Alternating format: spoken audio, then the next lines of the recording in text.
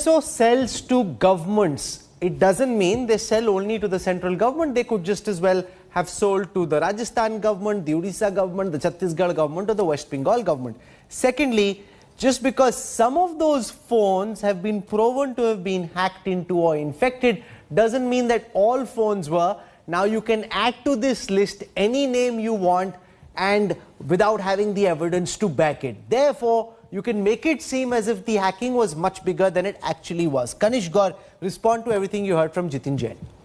See, the bigger point we need to understand is that these agencies a lot of times use third parties to do this hacking for this surveillance. Jiten Jain himself is a cybersecurity expert who works with many of these law enforcement agencies.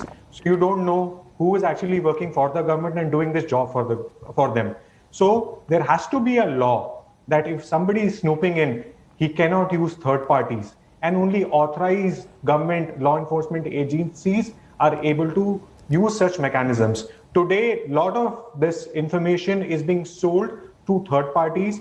Look at Pegasus. The NSO group not only sells it to government, it also has its own people selling it on the dark web. How NSO's Pegasus came to light? Because a sale was being made for $50 million on dark web, where one of their own employees was selling it outside to a third party, right? So you just cannot trust NSO saying they will only sell it to the government. They are a commercial company. They will sell it to whosoever they want. And there is no way you can find out whether the government was doing it themselves or they used a third party. So just by saying that NSO sells to the government and government of India follows the guidelines, very well, that's not an excuse. You need to have a very strong mechanism.